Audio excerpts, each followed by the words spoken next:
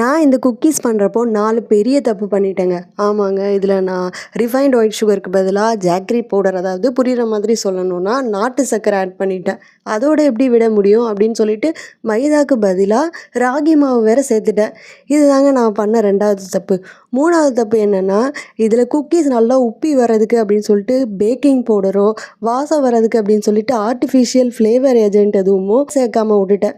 சரி, அதோடு விட்டுருக்கலாம்ல. 4வது பெரிய தப்பாக ரொம்ப நாள் ஷெல்ஃப் லைஃப் இருக்கணும்னு சொல்லிட்டு ப்ரிசர்வேட்டிவ் கூட எதுவும் சேர்க்காம பண்ணிட்டேங்க.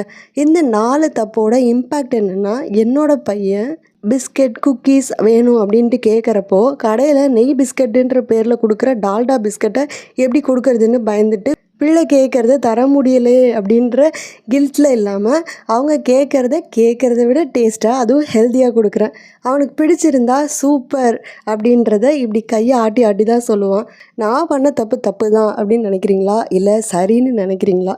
சரிதான், இதில் என்ன தப்பு இருக்குது அப்படின்னு நினச்சிங்கன்னா மேலே இருக்கிற வாட்ஸ்அப் நம்பருக்கு மெனு கேட்டுட்டு உங்கள் கிட்ஸ்க்கு இன்றைக்கே ஆர்டர் பண்ணிக்கோங்க.